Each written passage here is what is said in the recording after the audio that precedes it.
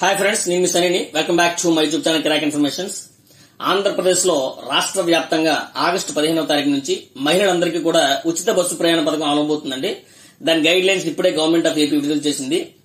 స్త్రీ శక్తి పేరిట ఈ ఉచిత బస్సు ప్రయాణ పథకం అనేది కల్పించాలని ప్రభుత్వం నిర్ణయించింది.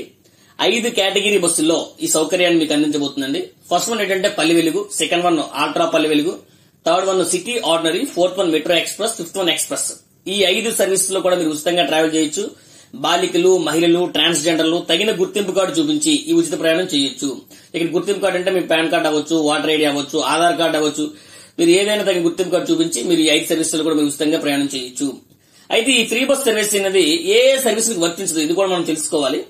తిరుమల, తిరుపతి మధ్య తిరిగే సప్తగిరి బస్సుల్లో ఈ ఉచిత ప్రయాణం అనేది వర్తించదు.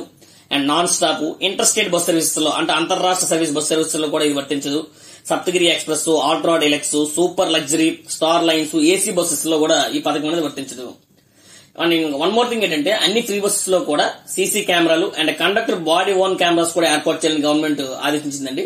So these are the guidelines from government of AP. Free bus పథకం అమలు చేయడం కరెక్టేనా కాదా అనేది మీరు మాకు కామెంట్ సెక్షన్ లో కామెంట్ చేయండి. మీ ఫ్రెండ్స్ అండ్ ఫ్యామిలీకి ఇన్ఫర్మేషన్ షేర్ చేయండి. మీకు గనుక ఈ వీడియో నచ్చినట్లయితే లైక్ చేయండి, షేర్ చేయండి, కామెంట్ చేయండి. But don't forget to subscribe my YouTube channel crack informations. Thank you.